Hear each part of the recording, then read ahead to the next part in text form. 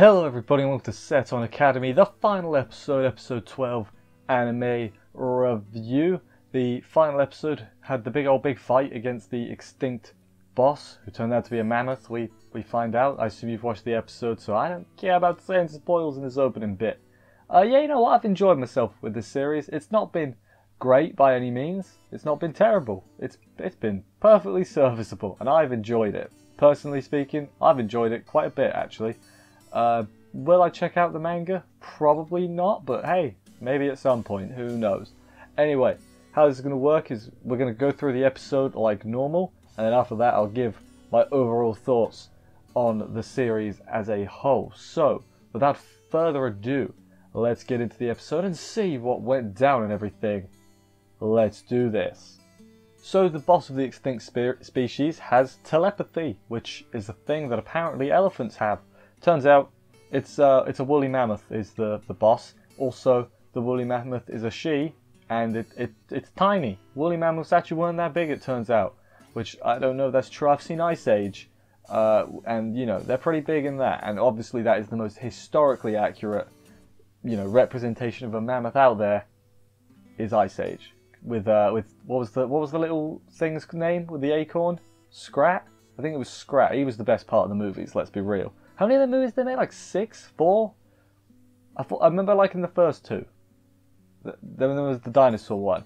I'm getting distracted. Enough about Ice Age. Yeah, they make fun of her size a lot because she's small. Jin and King and Shiho show up and again make fun of her size. A lot of that this week. Anne is a Neanderthal, it turns out, which I'm going to show my lack of intelligence here. I thought they were just like humans, but like we evolved past Neanderthals. Maybe obviously I'm not intelligent. I make no secret of that fact. So I learned something today, as I do most weeks in this show, which I guess that's a thing it does. This show teaches me things every week, whether I want it to or not. So that's a good. The tiny mammoth wrecks both King and Yina at the same time because apparently mammoths are very, very strong, which, you know, makes a lot of sense.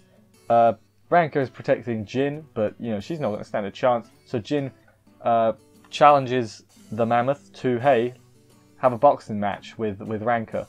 And the mammoth is like, why would I do that? Like, I've got the high ground, you know? Why do I have to do what you say? Which actually is a very good argument. If she just said, like, well, yeah, of course I'll do that. Luckily, she didn't, which was smart of her, but the Jin decided to throw marbles on the floor, and throw another fact, elephants don't like their feet getting damaged. So, because there was marbles on the floor, she was like, couldn't move, because, you know, they were in the way. Which, I do like that Jin being really knowledgeable helps them solve the problems, despite how much of an asshole he is. Actually, saying that, this episode, and probably only this episode, he was significantly more tolerable. Like, he wasn't an all-out nice guy. He was more nice than not this week, which is, I know it's the final episode, but you know, it's Jin. He's a weird bad man. But anyway, that gets her to accept the dual boxing match. So they head to the ring. Kuro is the ref because she's a zebra and, you know, the stripes. It's very funny right there. Very funny joke, you see.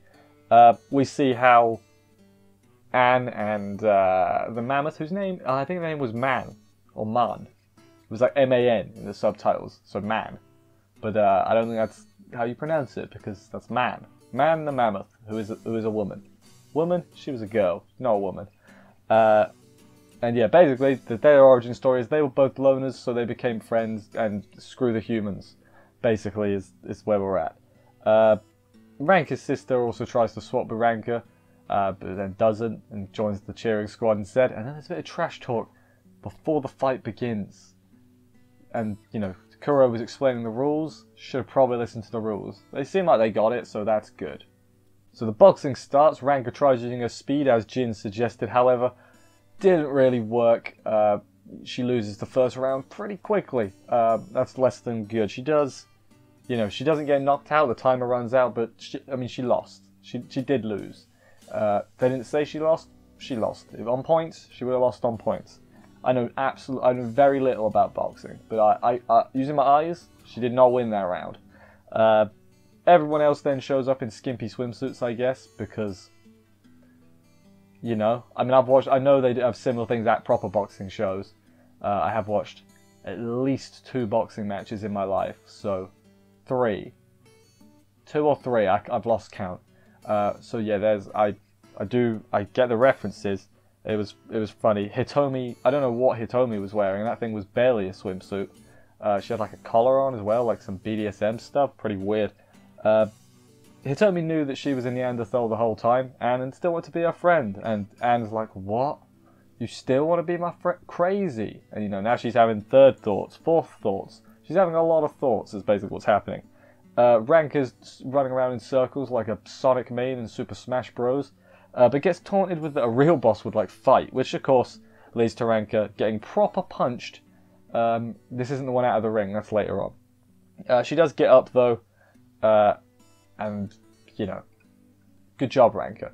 Anne tries to get the mammoth girl to stop, but it doesn't work. Basically, she's like, I gotta finish this before you get, you know, swung back to their side. Basically, Jin tries to stop Ranka, and then she's like, I won't lick you if you stop me.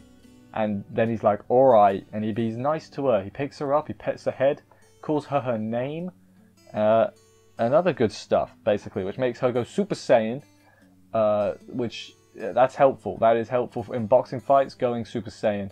I'm fairly sure it's not against the rules. I will have to check my correspondence on the field for that one. I have no idea what I'm saying. Round 3, anyway. The mammoth is tired, however, it was a feint, obviously. She's like, here's my chance. She's like, psych, punch. This is where she punches her out of the ring. However, Ranka is not down. Miyubi is the first one to cheer, and then she dies, obviously. Everyone else cheers after that. And Ranka wakes up and goes Super Saiyan 7. I've never watched an episode of Dragon Ball in my life, so... but yeah, then, as a fight, you know, and wins. Good job, Ranka. Good job, Ranka. Actually, no, I'm wrong. Sorry, Ranka didn't win yet. I just checked my notes. That was wrong. I apologise. So, Anne says... does the old, you're not my friend anymore because, you know, you're taking this too far. She's so shocked that as Ranka punches her with the force of, not a lot of force, I can't think of a good, what's the word? Not alliteration, oh god, metaphor is the word I'm looking for, or simile.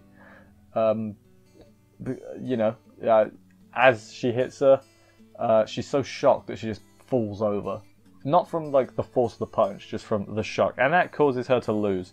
Ranka wins the fight. Ranka, you did it. You saved the day, girl. You saved Hitomi. You saved everyone, really. So, good job, Ranka.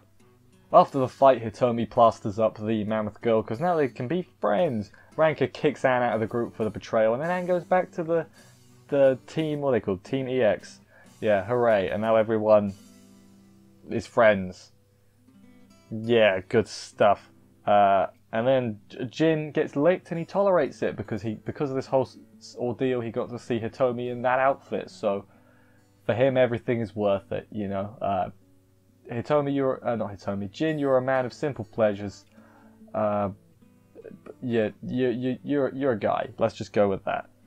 Anyway, after that, Team EX and the cooking club cook together because they're all friends now. The rest of them show up, and during the credits montage, they all do it.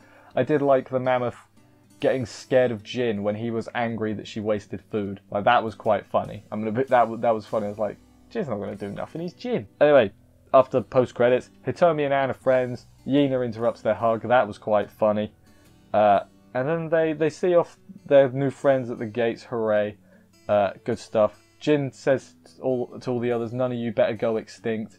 So basically in Jin words, that translates to, you guys are my best friends in the whole world. You know, but there is that. Ranka pounces on him. Hooray, we're happy ending.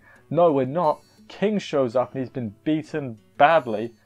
Turns out there's another academy invading, and it's the Insect Academy, and that's where we ended. This doesn't feel like they're going to make another one. I'm just going to say that right now. Don't think we're getting another season. You know, coming up. I don't think that's what they were doing. If anything, this was a, hey, go read the manga. You know, that's what I think they were doing with it. I could be wrong, But I didn't see this as a, we're going to make more of this announcement. Although there are some bonus episodes, I think, like included with some Blu-rays. So maybe they'll be in that. Or maybe that's just, there'll be like a swimsuit episode. Like a beach, like a pool episode. You know, they might do that. They would do that in this show, wouldn't they? Well, I mean, they already kind of did. Sort of. Not really. Anyway, that was the end of this week's episode. I thought it was a fine finale, you know. It was about what I expected. Let's talk about the series as a whole. As I said, I have enjoyed it a lot. Maybe not a lot, but I've enjoyed it. It's got its ups, it's got its downs. Jin was very infuriating for a lot of weeks where he was the worst part of the show. Like I said, this episode he was better, but I mean, for a lot of episodes he was like, just shut up, Jin, you know. How nice and wholesome this would be without you being here. I did like how he was the knowledgeable one and he, you know, solved the problems or whatever with his knowledge. I wish he wasn't such a dick about it, you know. Everyone else, you know, they're fine. It kind of feels like no one really got enough of a spotlight. Maybe they should have got like focused on a character for an episode, which they didn't really do. Did a little bit, not entirely though. Maybe they should have done that. I do like the like. I don't want to call it educational because I look at this show, but the educational aspect of it, like I learned a lot of weird facts that are going to be really helpful whenever I play Trivial Pursuit. So that's good. That's a plus. I liked this show. I've said before I like this sort of genre, the high school. It's not really. Is it a rom-com? We'll call it that. It's not, but we'll call it that. You know, that sort of sub-genre of stuff. It's just really easy to watch for me. You know, some people have their battle schools, other people have their generic isekais. This sort of genre is right up my alley. So yeah, I enjoyed it quite a bit. But anyway, I guess I'll wrap this up here. I can't think of too much else to say. Thank you everybody for watching this review. I hope you enjoyed it. If you did, please consider subscribing and stuff for more reviews. At some point I will be doing a video saying what I'm watching for this coming season. I haven't actually decided yet, so I should probably get on that. I will see you in whatever video you decide to watch next, whatever way you want to say it. See you then guys, and bye guys.